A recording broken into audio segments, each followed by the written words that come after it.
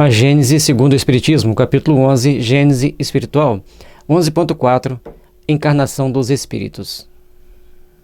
17. O Espiritismo ensina de que maneira se opera a união do espírito com o corpo, na encarnação.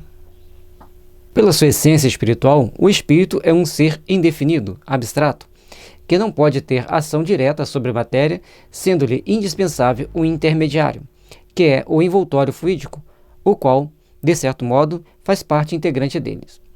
É semimaterial, esse envoltório, isto é, pertence à matéria pela sua origem e à espiritualidade pela sua natureza etérea. Então, para que o espírito possa ter uma ação sobre alguma coisa, ele precisa de um intermediário. Esse intermediário, então, é o perispírito, que seria, vamos colocar assim, o seu corpo fluídico. Como toda matéria, ele é extraído do fluido cósmico universal que, nessa circunstância, sofre uma modificação especial. Esse envoltório, denominado perispírito, faz de um ser abstrato do espírito um ser concreto, definido, apreensível pelo pensamento. Torna-o apto a atuar sobre a matéria tangível, conforme se dá com todos os fluidos imponderáveis, que são, como se sabe, os mais poderosos motores. E aqui ele vai falando dos fluidos imponderáveis, e que formam os mais poderosos motores. Naquela época era o motor a vapor. Então, botava lenha lá na fogueira, aquele vapor ia fazendo com que os pistões se movessem e moviam um trem, moviam uma máquina gigantesca. Ou os navios também, que eram movidos pela mesma forma. Hoje, os vapores foram substituídos pelo óleo diesel, pela gasolina, e também pelo gás, que é um vapor. Uma espécie de vapor, melhor dizendo, né? O fluido perispirítico constitui, pois, o traço de união entre o espírito e a matéria. Enquanto aquele se acha unido ao corpo, serve-lhe ele de veículo ao pensamento, para transmitir o movimento às diversas partes do organismo, as quais atua sob a impulsão da sua vontade, e para fazer que repercutam no espírito as sensações que os agentes exteriores produzam. Serve-lhe de fios condutores dos nervos, como no telégrafo o fluido elétrico serve de condutor o fio metálico. Bom, o espírito pensa e o perispírito transmite para o corpo.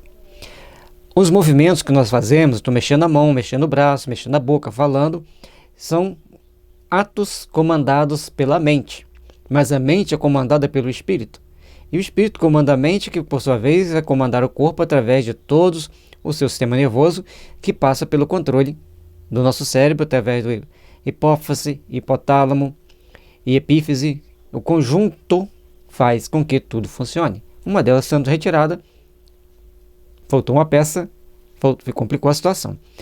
Então nós temos que ver que é um conjunto de situações muito bem organizada para que as coisas aconteçam. Sem o corpo físico, o espírito não tem como expressar o seu pensamento por meio do som, conforme nós entendemos. Não tem como expressar, mover uma caneta, mover um lápis, a menos que ele seja um espírito muito materializado ou tenha um médium de efeitos físicos que doe os fluidos para que ele condense e pegue este ou aquele objeto. Mas, em condições normais, que é o caso aqui, para comandar o meu corpo físico, o meu espírito se serve do perispírito e que se liga ao nosso corpo, teoricamente, através dos fios condutores dos nervos, que vai fazendo com que tudo seja percebido, tudo seja sentido, todos os comandos sejam executados. 18. Quando o espírito tem de encarnar num corpo humano, em vias de formação, um fio fluídico, que mais não é do que uma extensão do seu perispírito, o liga ao germe, que o atrai por uma força irresistível, desde o momento da concepção. À medida que o germe se desenvolve, o laço se encurta e vai se condensando, vai ficando cada vez mais preso àquele corpo que está se formando. Ele chamou de germe, que seria, no caso, o zigoto, né? A formação do óvulo com o esperma, formando ali o zigoto, formando o início da vida. Sob a influência do princípio vital e material do germe, o perispírito, que possui certas propriedades da matéria, se une molécula a molécula ao corpo em formação, donde o poder dizer-se que o espírito, por intermédio do seu perispírito, se enraiza de certa maneira nesse germe, como uma planta na terra. Quando o germe chega ao seu pleno desenvolvimento, completa é a união. Nasce então o ser para a vida exterior. E ele chama aqui de germe, é todo o processo de gestação, que é o termo que ele encontrou na época, e na hora de traduzir deixaram assim. Então todo o seu processo de crescimento, desde do zigoto, passando, formando o feto, até que o corpo do neném esteja completo, para ele nascer, que quando ele nasce, então vai completar, vai consolidar um pouco mais essa ligação do perispírito com o corpo, que só vai se consumar mesmo depois aos 7 anos. Por um efeito contrário, a união do perispírito e da matéria carnal, que se efetuara sob a influência do princípio vital do germe, cessa desde que esse princípio deixa de atuar, em consequência da desorganização do corpo, mantida que era por uma força atuante. Tal união se desfaz, logo que essa força deixa de atuar. Então, a Lília relatou para a gente a união do perispírito com o corpo, e agora, um dado momento, o corpo vai se fragilizando, o perispírito começa a se soltar, aí começa a apresentar algumas doenças, alguns problemas, e vamos ver. Então, o perispírito se desprende molécula a molécula, conforme se unira, e ao espírito é restituída a liberdade. Assim, não é a partida do espírito que causa a morte do corpo, a morte é que determina a partida do espírito. E uma pessoa que teve uma sensação de quase morte devido a uma sepsemia, essa pessoa então relatando que ela estava sendo expulsa do corpo. Então, ela estava se desligando do corpo, porque os remédios químicos levam até 48 horas para fazer o efeito, e a pessoa entra em sepsemia. O processo de inflamação é muito intenso, né? Que a sepse já é um apodrecimento, é uma coisa bem mais complicada. Aí, quando ela tomou a homeopatia, que é o remédio pirogênico para essa situação, e o arsênico álbum, CH acima de 5, e tem que colocar assim, porque as pessoas acham que pode tomar arsênico bruto, não é. Então, a pessoa começou a sentir-se novamente ligada ao corpo físico. Então, uma experiência que alguém nos relatou, que a gente está trazendo aqui, a gente pode acompanhar de perto esse caso. Dado que, um instante após a morte, completa é a integração do espírito, que suas faculdades adquirem até maior poder de penetração, ao passo que o princípio da vida se acha extinto no corpo. Provado, evidentemente, fica que são distintos o princípio vital e o princípio espiritual. Então, o princípio vital dá vitalidade para o corpo, e assim que esse princípio vital vai sendo consumido, o corpo também vai se deteriorando. E aí, o princípio espiritual se desliga, fica livre. 19. O Espiritismo, pelos fatos cuja observação ele faculta, dá a conhecer os fenômenos que acompanham essa separação, que, às vezes, é rápida, fácil, suave e insensível, ao passo que outras é lenta, laboriosa, horrivelmente penosa, conforme o estado moral do espírito, e pode durar meses inteiros. Esse desligamento vai depender da condição moral daquele espírito. Ela pode ser muito rápida, se ele for muito evoluído, ou muito penosa, se ele não for muito evoluído. Agora, a questão de evolução que o Kardec coloca aqui, nós vamos dizer atormentado, para o conceito moderno. Então, um espírito esteja muito atormentado no momento da morte, pelas suas culpas, pelos seus crimes, pelo que ele deixou de fazer, porque as negligências que ele teve, ele vai ter dificuldade em sair do corpo. E se ele estiver pouco atormentado, conforme vai diminuindo os seus tormentos, ele vai se desprendendo mais facilmente. Fica mais fácil da gente poder entender. 20. Um fenômeno particular que a observação igualmente assinala acompanha sempre a encarnação do espírito desde que este é apanhado no laço fluídico que o prende ao germe. Entra em estado de perturbação que aumenta à medida que o laço se aperta, perdendo o espírito, nos últimos momentos, toda a consciência de si próprio, de sorte que jamais presencia o seu nascimento. Quando a criança respira, começa o espírito a recobrar as faculdades que se desenvolve à proporção que se formam e consolidam os órgãos que lhe hão de servir às manifestações.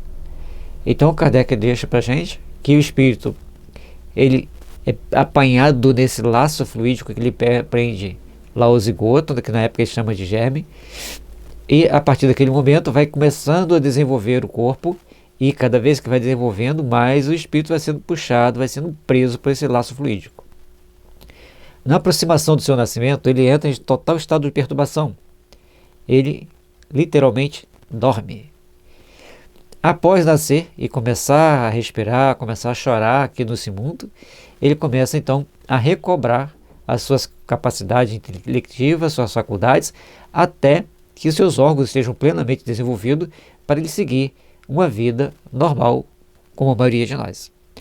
E os médiuns? Aí cada médium tem sua história em particular, que não é o caso aqui. Aqui fala-se de uma forma generalizada, de uma forma geral, sobre como o espírito reencarna, quais os mecanismos, quais os meandros desse processo de reencarnação. Primeiramente, ele é pego por esse laço fluídico, e depois ele vai ficar então um tempo em letargia psíquica, desligado, não vai perceber as coisas, e depois ele começa de novo o seu desenvolvimento.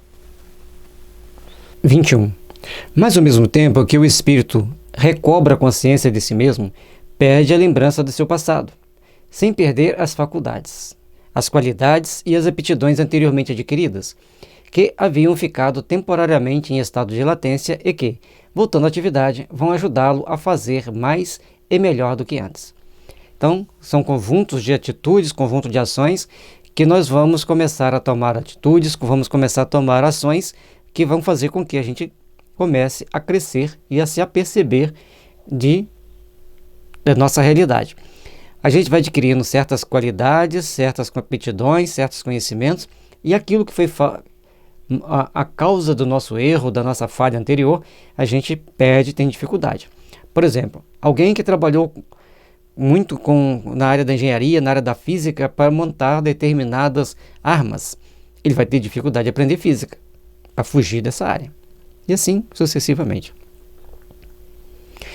Ele renasce qual se fizera pelo seu trabalho anterior. O seu nascimento lhe é um novo ponto de partida, um novo degrau a subir. Ainda aí a bondade do Criador se manifesta, porquanto, adicionada aos amargores de uma nova existência, a lembrança, muitas das vezes aflitiva e humilhante, do passado, poderia turbá-lo e lhe criar embaraços. Então, entre aquilo que ele foi, que nenhum de nós fomos boa bisca, fomos boa coisa, e aquilo que somos hoje, traria para nós essa lembrança, aflição, humilhação, tormentos, avivamento de traumas que já poderiam ser superados através de certos trabalhos psíquicos. Então a gente tem que deixar o passado passar, lutar pelo presente para o futuro conquistar. Ele apenas se lembra do que aprendeu, por lhe ser isso útil. Se às vezes lhe é dado ter uma intuição dos acontecimentos passados, essa intuição é como a lembrança de um sonho furtivo. Ele, pois, novo homem, por mais antigo que seja como espírito, adota novos processos, auxiliado pelas suas aquisições precedentes, quando retorna à vida perispiritual. Seu passado se lhe desdobra diante dos olhos e ele julga de como empregou o tempo, se bem ou se mal.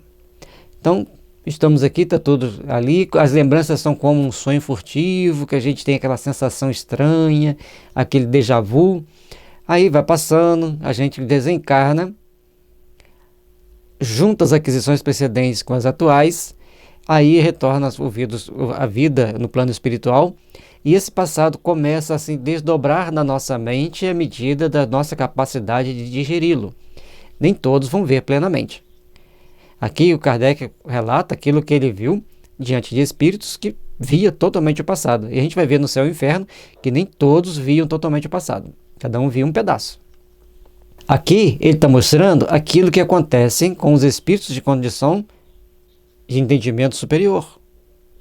Que é o nosso objetivo, é chegar no plano espiritual em condições de olhar para nós mesmos, lembrar do que fizemos nesta vida, sem traumas, e relembrar do passado para fazer o somatório das nossas aquisições. Então, por isso que ele coloca que vai lembrar depois. Certo? A gente vai ver nas obras do André Luiz aqueles que não conseguem lembrar, aqueles que não podem lembrar e aqueles que não devem lembrar. Porque as obras do André Luiz, elas ampliam o entendimento. É como se nós estivéssemos fazendo um mestrado, um doutorado e um pós-doutorado. Certo? De espiritualidade, de espiritualização. Isso não diminui a obra de Kardec. Pelo contrário, mostra como que Kardec deixou claro que os ensinamentos são sequenciais.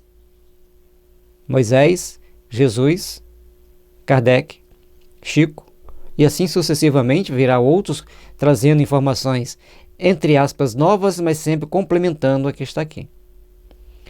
22.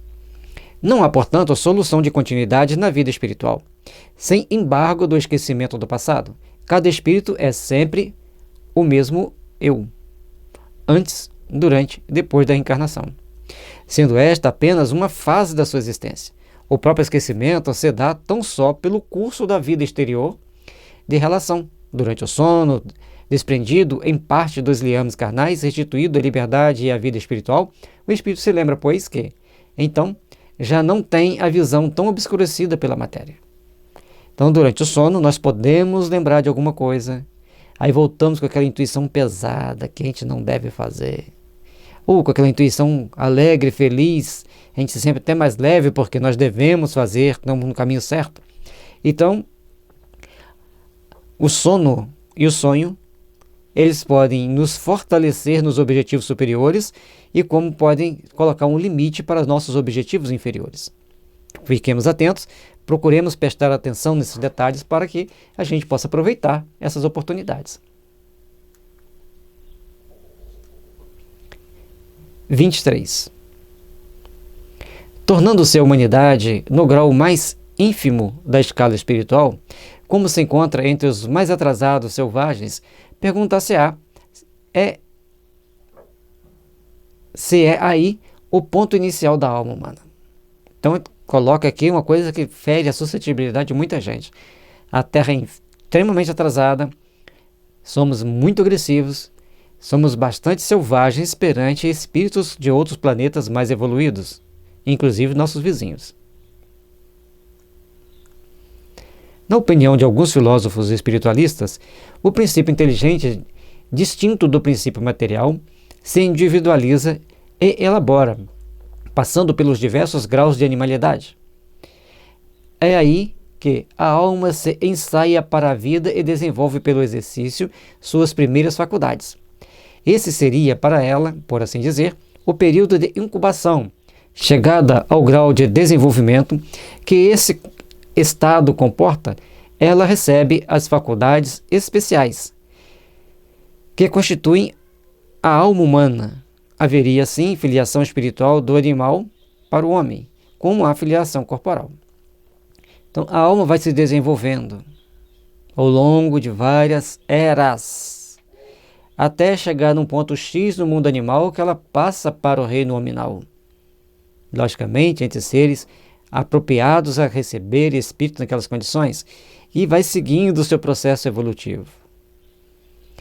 Na Obras Póstumas tem uma mensagem que fala que os animais, depois, quando eles chegam a um grau de entendimento como animal aqui na Terra, ele vai para um planeta onde os animais são mais evoluídos do que na Terra, segue ali o seu ciclo, vai para outro planeta onde ele já tem uma transição e assim vai sucessivamente até que ele volta a conviver conosco em outras condições como ser humano.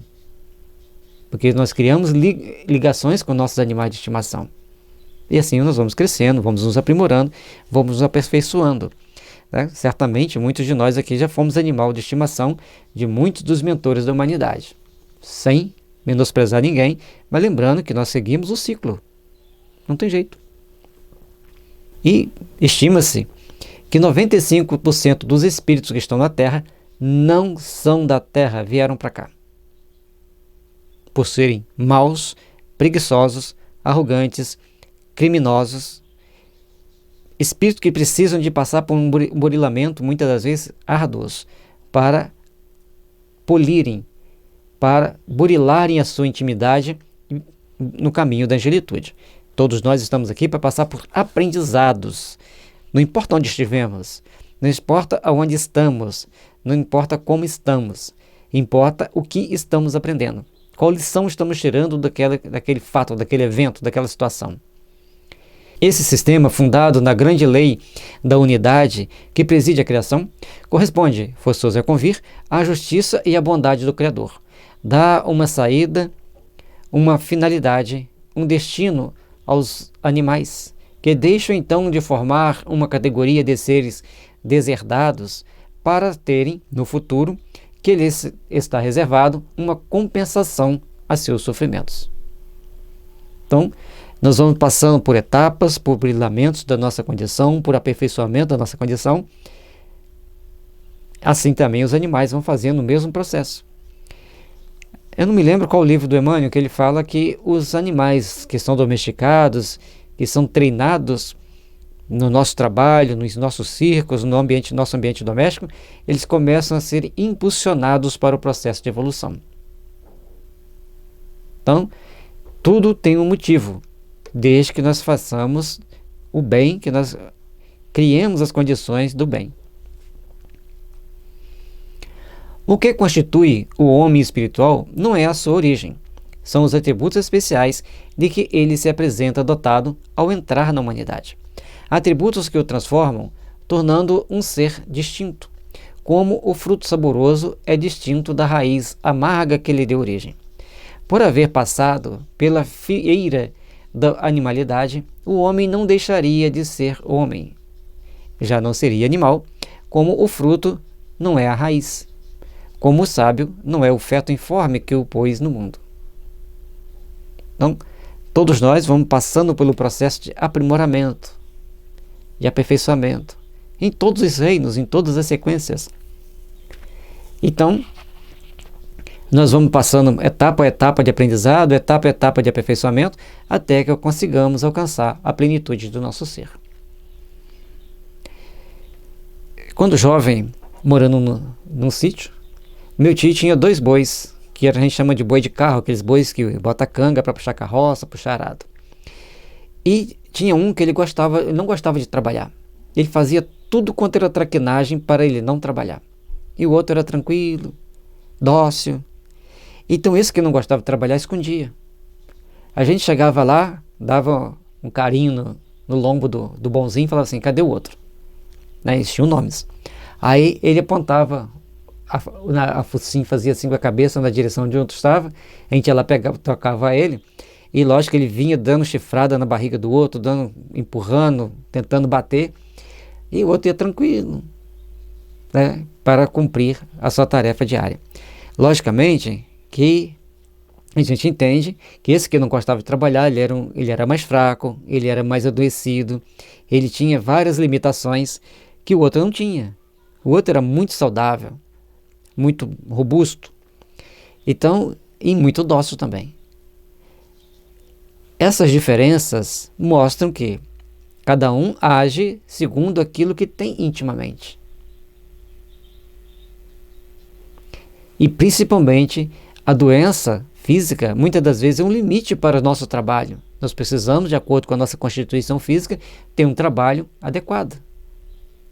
Por isso, assim também os animais. Nós temos que saber entendê-los, saber compreendê-los e saber tratá-los, para que um não seja sobrecarregado e o outro fique na sombra, assim também como tem os seres humanos.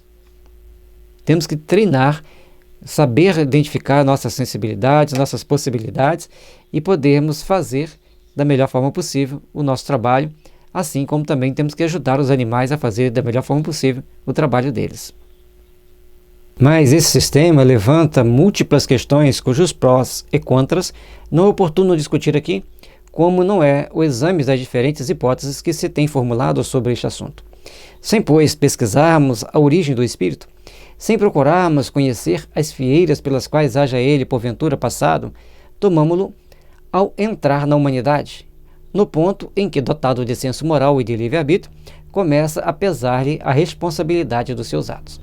Então, a partir do momento que o ser humano tem senso moral e livre-arbítrio, ele começa então a ter responsabilidade pelos seus atos. Por isso, quando se fala em moral, as pessoas às vezes não gostam. E o Kardec, sabendo de todas as implicações, de todos os prós e contras que teria nesse debate da origem dos espíritos, tem pessoas que não gostam nem de pensar que os animais têm um espírito, mas eles têm um princípio inteligente, claro, conforme já foi demonstrado anteriormente, explicado. Mas Kardec pede, vamos avaliar então, para não criar polêmica, a partir do momento que ele começa a reencarnar como ser humano. Vamos pegar a primeira encarnação dele como ser humano, para a gente fazer o nosso raciocínio, sem entrar em querelas, em debates sobre essa origem do espírito.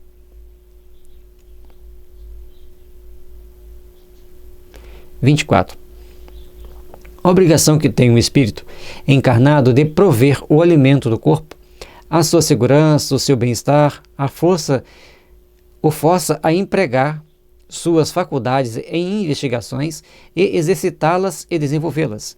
Útil, portanto, ao seu adiantamento é a sua união com a matéria. Daí, o constituir uma necessidade à encarnação. Então, a encarnação é o momento em que nós vamos ter que procurar o alimento, procurar o emprego, estudar, frequentar uma escola, ter o nosso trabalho, ter nossas obrigações, ter a nossa disciplina. Ou seja, temos um conjunto de atitudes que nós temos que fazer para melhor cumprirmos aquilo que nós temos que cumprir, os nossos objetivos a fazer. Além disso, pelo trabalho inteligente que ele executa em seu proveito, sobre a matéria auxilia a transformação do progresso material do globo que lhe serve de habitação. É assim que, progredindo, colabora na obra do Criador, da qual se torna fator inconsciente. E aí, essa transformação que nós vamos fazer para ter o progresso material do planeta, nós temos que também respeitar as regras do planeta. Se sairmos achando que tudo tem que ser do nosso jeito, sem respeitar certos princípios, nós criamos mais problemas do que solução para todos nós. Por isso, temos que pensar de forma integral, de forma holística, pensar em todas as possibilidades para que o nosso desenvolvimento seja consciente e responsável. E responsável, tá?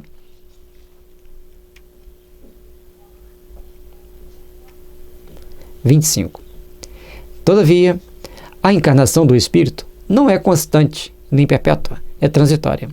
Deixando um corpo, ele não retoma imediatamente outro.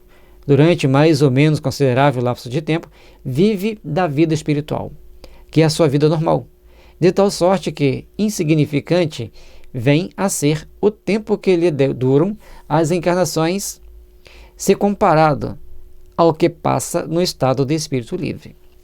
Então, o tempo que nós vamos ficar como espírito livre vai ser muito maior do que o tempo que nós passamos encarnado, desde que aproveitemos bem a nossa encarnação aqui.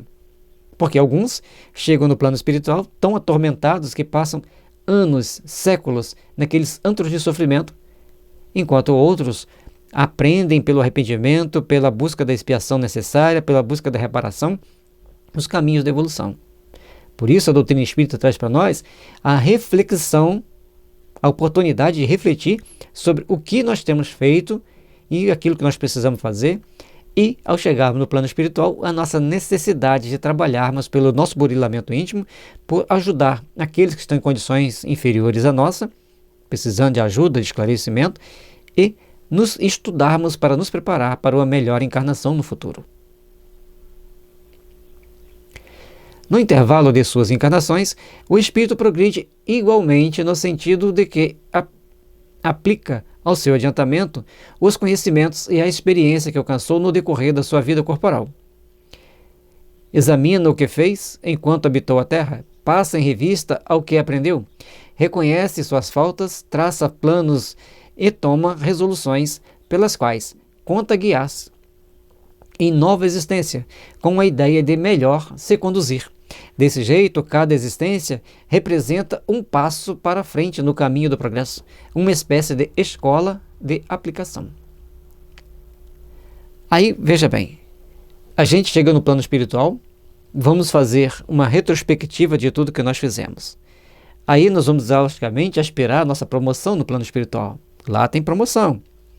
Aí deparemos com algumas faltas que precisam ser reparadas para alcançarmos aquele objetivo, voltamos para o corpo físico, passamos pelaquela expiação, aí expiação, que você tem que reparar a falta, e adentramos novamente naquela fase de crescimento, com a promoção ou com a necessidade de reparação de outros atos que venhamos a cometer. Por isso é muito importante nós começarmos a rever como nós estamos agindo aqui. Qual a forma que nós estamos tomando frente à vida, frente às nossas atitudes, para estarmos realmente melhores.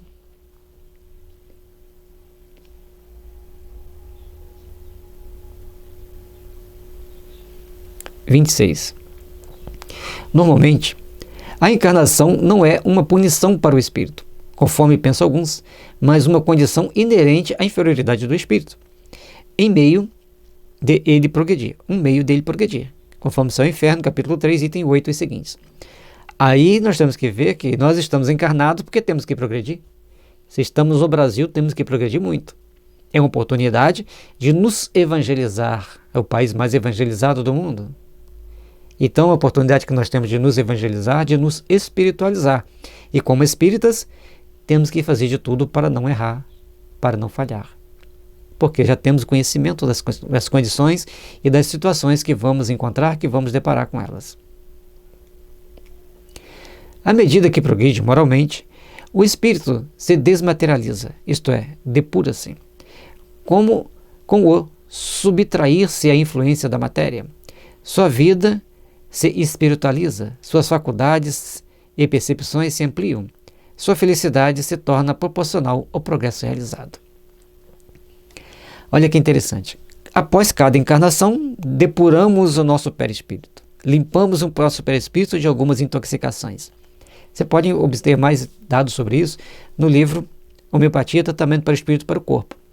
Ao depurarmos-nos, entramos em uma nova fase de percepções melhores, de percepções superiores, para alcançarmos objetivos também superiores, porque a felicidade é proporcional ao progresso realizado.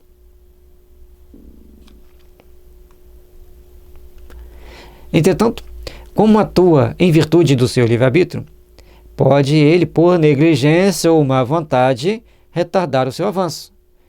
Prolonga, conseguintemente, a duração de suas encarnações materiais, que, então, se lhe torna uma punição. Pois que, por falta sua, ele permanece nas categorias inferiores, obrigado a recomeçar a mesma tarefa. Depende, pois, do espírito abreviar pelo trabalho de depuração executado sobre si mesmo a extensão do período das encarnações. Então, nós precisamos aprender, treinar e rever muitas das nossas atitudes, das nossas ações, para buscarmos alcançar objetivos superiores, para buscarmos alcançar uma meta superior, uma estratégia de conquistas, de evolução e de reestruturação de nosso íntimo para alcançarmos a plenitude do nosso ser espiritual. Precisamos, assim, trabalhar intimamente para nos fazermos melhores, trabalhar intimamente para construir e edificar bases sólidas para as nossas realizações superiores.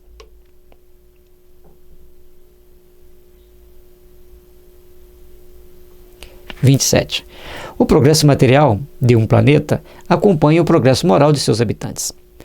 Assim, nós não podemos ter certas tecnologias ainda devido a nossas imperfeições morais. Ora, sendo incessante como é a criação dos mundos e dos espíritos, e progredindo estes mais ou menos rapidamente, conforme o uso que façam do livre-arbítrio, segue-se que há mundos mais ou menos antigos, em graus diversos de adiantamento físico e moral, onde é mais ou menos material a encarnação e onde, por conseguinte, o trabalho para os espíritos é mais ou menos rude. Então, assim como nós temos o nosso progresso moral, temos também o nosso progresso tecnológico. Na época do Kardec, mal existia rádio.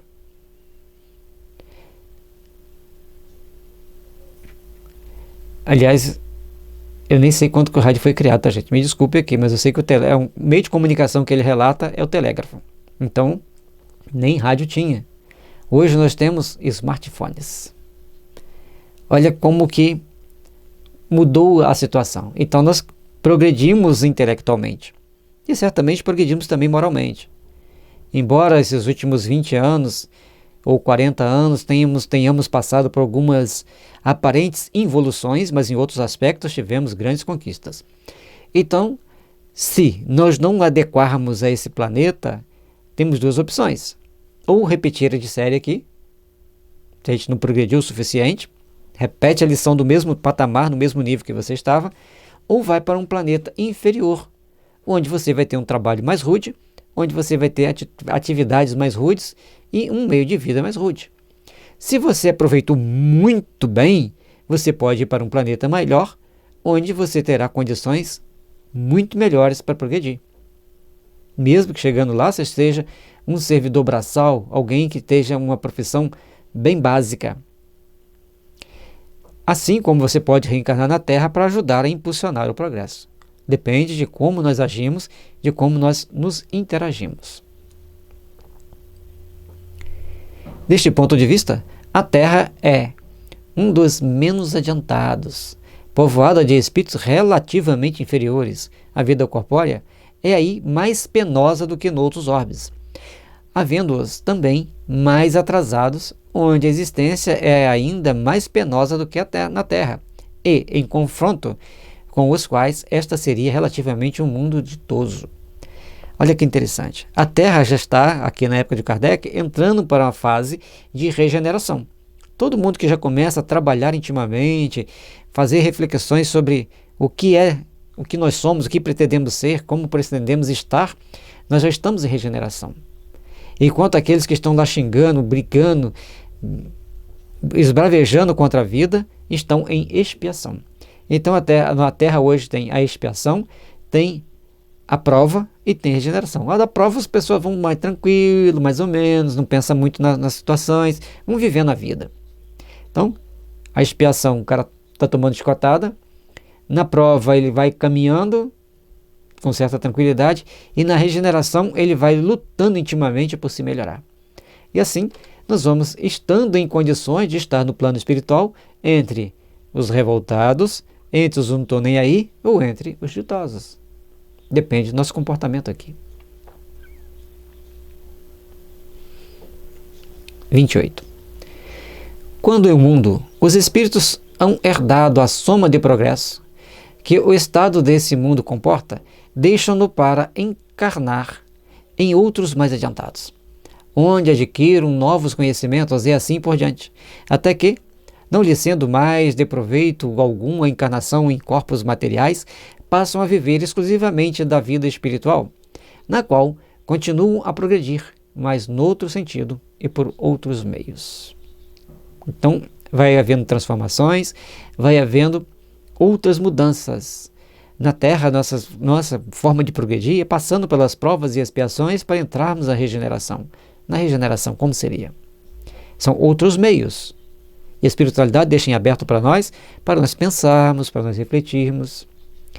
Recentemente eu vi uma matéria que na Rússia já tem caminhão que anda no piloto automático.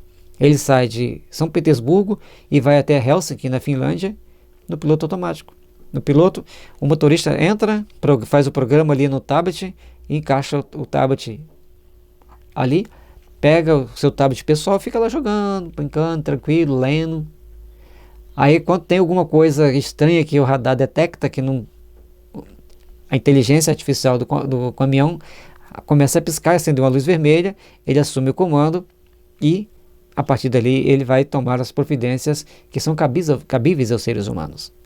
Então isso está no mundo onde já é possível termos menos trabalho, é uma viagem menos cansativa, ele só vai assumir em condições de emergência. E assim, infinitamente, os aviões hoje são praticamente automáticos, os pilotos têm que participar, colocar ele em voo, decolar e para pousar. Aí tem a participação ativa do piloto, mas tem um monte de instrumento vai ali para ajudar, que fazem o processo ser semiautomático. Aí quando ele chega, ganhou altitude, entrou no voo de cruzeiro, que chama aquela voo, vamos chamar de horizontal, que ele vai fazer, que não é horizontal, né?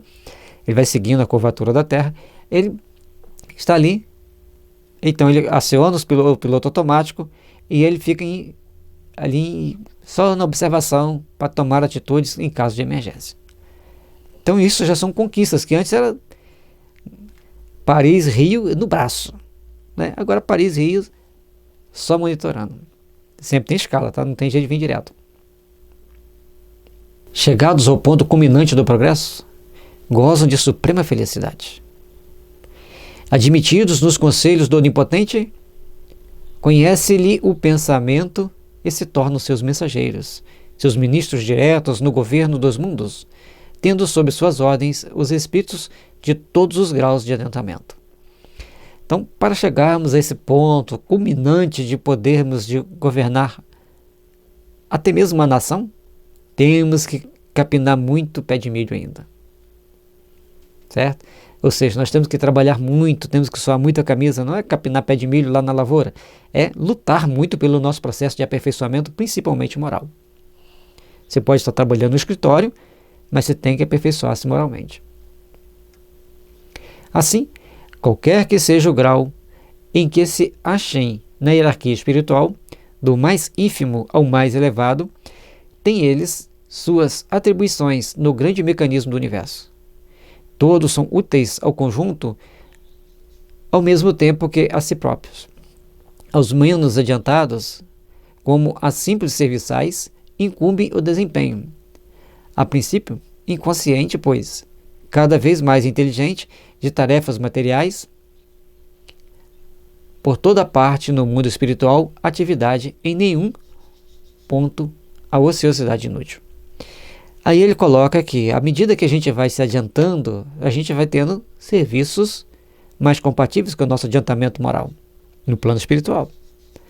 E ao reencarnar, passamos pelas provas e expiações compatíveis necessárias para o nosso processo de evolução, para conjunto e o somatório de valores que vão ser importantes para o nosso crescimento, para o nosso aprimoramento. Por isso, todos nós temos que treinar a fazer o melhor possível, a construir o melhor possível na edificação do bem em nós mesmos. E à medida que formos fazendo nosso trabalho cada vez de forma mais inteligente, mais raciocinada, nós vamos adquirindo e vamos conseguindo condições de evoluir, condições de aprendermos mais. A coletividade dos espíritos constitui, de certo modo, a alma do universo. Por toda parte, o elemento espiritual é que atua em tudo, sob o influxo do pensamento divino. Sem esse elemento, só há matéria inerte. Carente de finalidade e de inteligência, tendo por único motor as forças materiais, cuja exclusividade deixa insolúveis uma imensidade de problemas. Com a ação do elemento espiritual individualizado, tudo tem uma finalidade, uma razão de ser, tudo se explica. Prescindindo da espiritualidade, o homem esbarra em dificuldades insuperáveis. Por isso, nós temos que observar que existe um processo de evolução. O elemento espiritual vai sempre atuando para que nós consigamos captar um dia o pensamento divino. É um processo automático de fazer essa revolução íntima. Alguns se perdem pelo caminho, criando as dificuldades para o futuro, mas a grande maioria vai buscando aperfeiçoar, vai buscando crescer, vai buscando se aprimorar. Portanto, a matéria por si só é inerte, mas a partir do momento que nós temos as forças que nos impulsionam, a gente vai começando a resolver uma infinidade de problemas e conforme vamos resolvendo esses problemas, vamos nos aprimorando, vamos buscando alcançar a meta superior da nossa evolução, a meta superior do nosso aprimoramento. 29. Quanto à Terra se encontrou em condições climáticas apropriadas à existência da espécie humana, encarnaram nela espíritos humanos, de onde vinham? Quer eles tenham sido criados naqueles momentos, quer tenham procedido completamente formados do espaço de outros mundos, ou da própria Terra, a presença deles nesta, a partir de certa época, é fato, pois que antes deles só animais havia. Então tem um ponto, tem um momento em que começa a surgir os seres humanos. E pelas ossadas encontradas, não eram seres bonitinhos como tem hoje. Eram bem disformes as suas aparências. Eram mais próximas do símio do que do ser humano. Revestiam-se de corpos adequados às suas necessidades especiais, às suas aptidões e que, fisiologicamente, tinham as características da animalidade. Sob a influência deles e por meio do exercício das suas faculdades, esses corpos se modificaram, é o que a observação comprova. Então, naquele momento, os espíritos que chegaram, vamos dizer assim, estavam um pouco adiantados. Eram aqueles que precisavam fazer a transição, por exemplo, da animalidade para o homem, ou sair ou passar por uma grande prova para evoluir mais rápido, já um pouco mais adiantado. Eles tinham então que começar a modelar aqueles corpos para corpos melhores.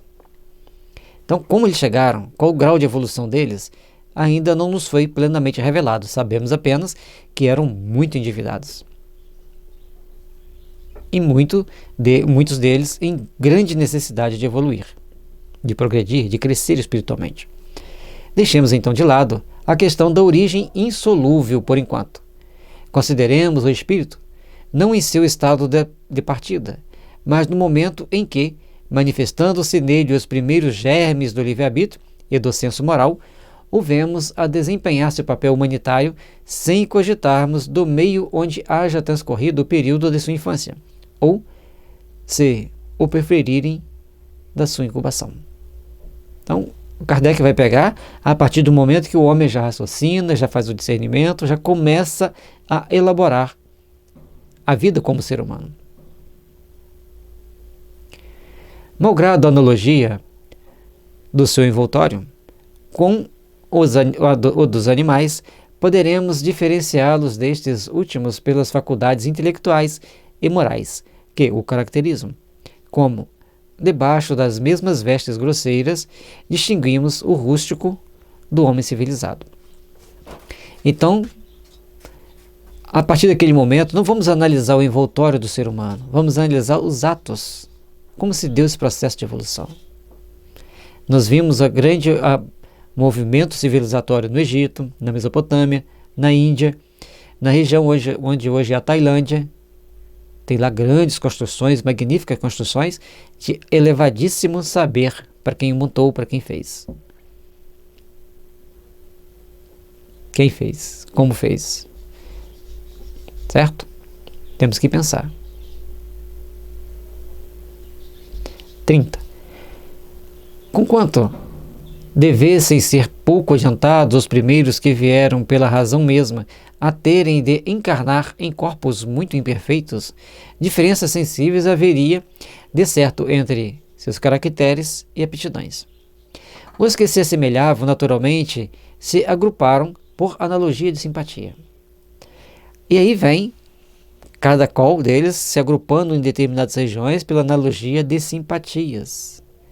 E a gente vai ver no Caminho da Luz, também no Exilado da Capela, que certos grupos foram privilegiados, foram monitorados para impulsionar a evolução humana. Uns para fazer uma evolução mais rápida, o outro para fazer uma evolução moderada e o outro ir caminhando mais lentamente. Então, dentro desses grupos, tivemos todos esses aspectos. Até porque provavelmente não tinha trabalhadores suficientes para impulsionar todos os espíritos ao mesmo tempo. E nem todos os espíritos tinham evolução suficiente para crescerem juntos. Achou-se a Terra, assim, povoada de espíritos de diversas categorias, mais ou menos aptos ou rebeldes ao progresso, recebendo os corpos a impressão do caráter do espírito e proporcionando-se esses corpos, na conformidade dos seus respectivos tipos, resultaram daí diferentes raças, quer quanto ao físico, quer quanto ao moral. Vê item 11. E aqui nessas características, nós sempre vamos pensar nas raças branca, amarela, vermelha e preta. Só que nós vamos ver que em todas essas raças, hoje, tem pessoas inteligentíssimas. E com muito mais capacidade, às vezes, do que um branco, que era colocado nessa época do Kardec como o centro da civilização, a tendência eurocêntrica, de colocar a Europa no centro de tudo. E hoje a gente vê que a Europa não é o centro de tudo. A tecnologia foi para os Estados Unidos, depois foi para o Japão, hoje está com a China e a Rússia, são os dois países que estão na vanguarda do desenvolvimento tecnológico do mundo, e assim vai. Se eles não souberem gerenciar bem esse conhecimento, não souberem respeitar os outros, vão tomar rasteira. A espiritualidade pega os espíritos melhores, mais bem aquinhoados, mais desenvolvidos espiritualmente e tecnologicamente, e coloca para reencarnar no outro país. E eles ficam na mão. Não vai ter cientista suficiente para fazer o desenvolvimento e o progresso, mesmo já tendo conquistado alguma coisa. Aqui se faz, aqui se paga. Então, quem souber gerenciar bem a riqueza que tem e souber respeitar a dificuldade do outro e souber auxiliar o outro, vai continuar progredindo. Lembre-se que a Terra agora está entrando em regeneração. O planeta é um corpo, vamos chamar de inerte. Mas ele segue determinadas leis do princípio evolutivo, que se nós já alcançamos certos conhecimentos, certas conquistas tecnológicas aqui, agora nós temos que começar a gerenciar essas conquistas.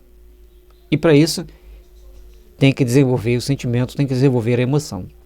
E acima de tudo, a razão e a moral e a ética. Mas com os bons sentimentos, com as boas emoções, dentro dos padrões crísticos.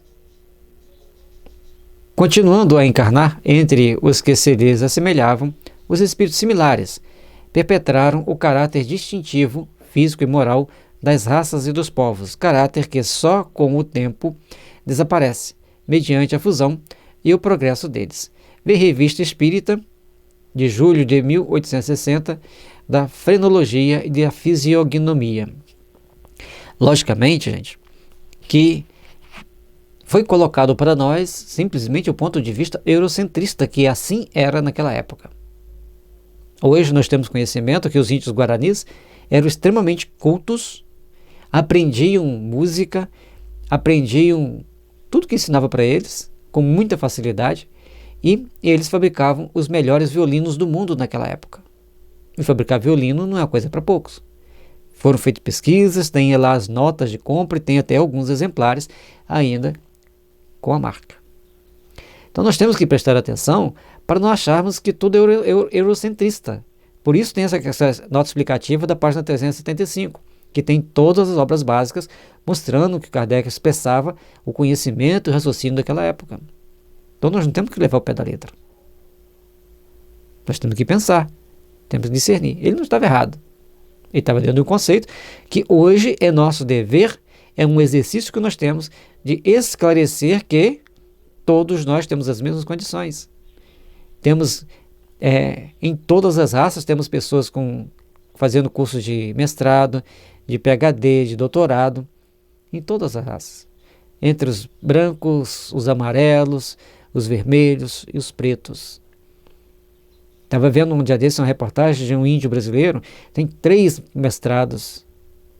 Tem mestrado, doutorado, pós-doutorado. E aí? Quantas pessoas de pele preta estão conquistando também a mesma coisa, mestrado, doutorado, pós-doutorado e assim sucessivamente. E a China, hoje, é uma potência econômica e também humanitária. 31. Pode comparar-se os espíritos que vieram povoar a Terra a esses bandos de imigrantes de origens diversas que vão estabelecer-se numa terra virgem, onde encontram madeira e pedra para erguerem habitações, cada um dando a sua o cunho especial, de acordo com o grau do seu saber e com o seu gênio particular. Grupam-se, então, por analogia de origens e de gostos, acabando os grupos por formar tribos, em seguida povos, cada qual com os costumes e caracteres próprios. Nós vamos ver no sul do Brasil, principalmente, construções de origem italiana, de origem alemã, de origem de várias nações, de origem russa, de origem japonesa, chinesa. Então, de todas as características, as pessoas vão construindo naquelas regiões de acordo com aquelas tendências culturais que eles tinham. Eram superiores? Não, eles tinham costumes e hábitos de acordo com as suas regiões. 32. Não foi, portanto, uniforme o progresso em toda a espécie humana. Como era natural, as raças mais inteligentes adiantaram-se às outras, mesmo sem se levar em conta que muitos espíritos recém-nascidos para a vida espiritual, vindo encarnar na Terra, com os primeiros aí chegados, tomaram ainda mais sensíveis a diferença em matéria de progresso. Fora, com efeito, impossível atribuir-se a mesma ancianidade de criação a todos os espíritos que estão na Terra, pois temos evidentes características que diferenciam os mais civilizados e os mais selvagens. Na época do Kardec, civilizados e selvagens tinha uma definição, tinha uma característica. E hoje? Quem são os selvagens? Quem são os civilizados? Existem espíritos que vivem em países muito ricos que são muito mais selvagens do que quem vive na tribo indígena nas Américas, principalmente na América do Sul ou na África. São muito mais selvagens, são muito mais agressivos, muito mais destruidores. Então nós temos que fazer essa observação e entender. Não vamos falar que Kardec estava errado. Ele tinha uma visão naquele momento. E a visão que nós temos hoje? O que o nosso discernimento nos mostra? Então, a partir de agora, nós temos que olhar para os espíritos que estão encarnados na Terra sobre um novo prisma, sobre um novo ângulo, em que cada um de nós somos responsáveis pelo julgamento que fazemos e pelas ações que tomamos. Então, vamos prestar bem atenção para ver quem é realmente civilizado e quem é realmente selvagem no mundo que nós estamos hoje. Lembrando que a epigenética nos mostra que determinadas substâncias, ao serem ingeridas ou introduzidas em nosso organismo, causam alterações físicas e principalmente mentais, que pode levar o ser humano a ter facilidade para ir para a angelitude ou para ir para o inferno. Certo? Então, vamos estudar epigenética para a gente entender isso aí também, que vai interferir no processo evolutivo do ser humano. Entretanto, os espíritos dos selvagens também fazem parte da humanidade e alcançarão um dia o nível em que se acham seus irmãos mais velhos. Quando o instrumento já não estiver em correspondência com o progresso em que haja alcançado, eles emigrarão daquele meio para encarnar noutro mais elevado e assim por diante, até que tenham conquistado todas as graduações terrestres, ponto em que deixarão a Terra para passar a mundos mais avançados. Revista Espírita de abril de 1862, Perfectibilidade da Raça Negra. Então, nós vamos vendo que todo o progresso vai acontecendo.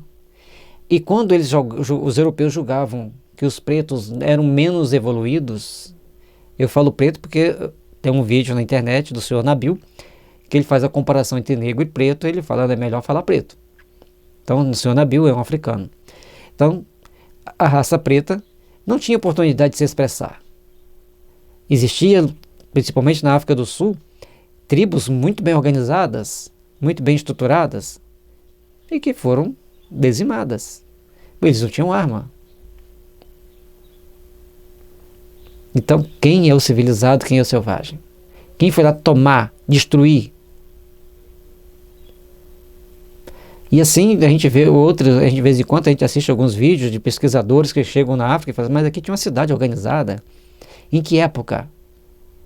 Como ela foi construída? Como que ela foi destruída? Então, existem certos tabus com relação a isso. Bom, não compete nos fazer todos esses julgamentos. Nós temos que falar que existe.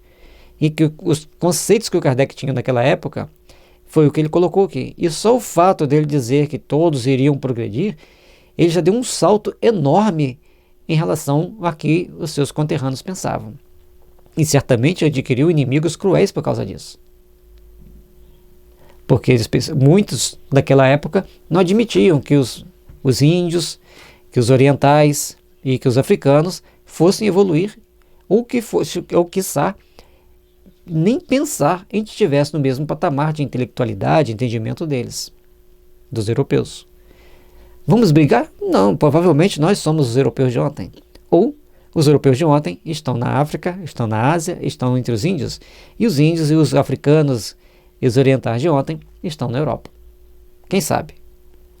Aí precisaríamos de ter como chama aquele aparelhinho? Psicotrônico, né? Psicotrônico, um aparelhinho que mede o nosso perispírito. Está lá no livro Mecanismo dos Domínios da Mediunidade. psicômetro. Então tínhamos que ter um psicômetro para fazer a medida certinha e saber onde nós vivemos, onde nós não vivemos, quem fomos nós. Ou quem sabe através de eletrodos de eletrônica para fazermos essa medida. Mas por outro lado, como a doutrina espírita nos ensina, que benefício se traria para a humanidade? O benefício que nós vamos ter com a doutrina espírita em saber que existe a vida passada é saber que nós temos que trabalhar nesta vida para sermos o melhor possível, para que na próxima tenhamos um terreno menos espinhoso, menos íngreme, mais plano, para que possamos caminhar com segurança e paz. Com isso, passemos todos a vermos-nos como irmãos, passemos todos a vermos-nos como espíritos que buscam o aperfeiçoamento, que buscam a perfeição, que buscam o crescimento espiritual. E aí, trabalharemos intimamente para a elevação de nossos sentimentos, para a elevação de nossos ideais superiores. Assim, seremos filhos de Cristo. Assim seremos daqueles que trabalham com Jesus e por Jesus para a edificação do amor na humanidade.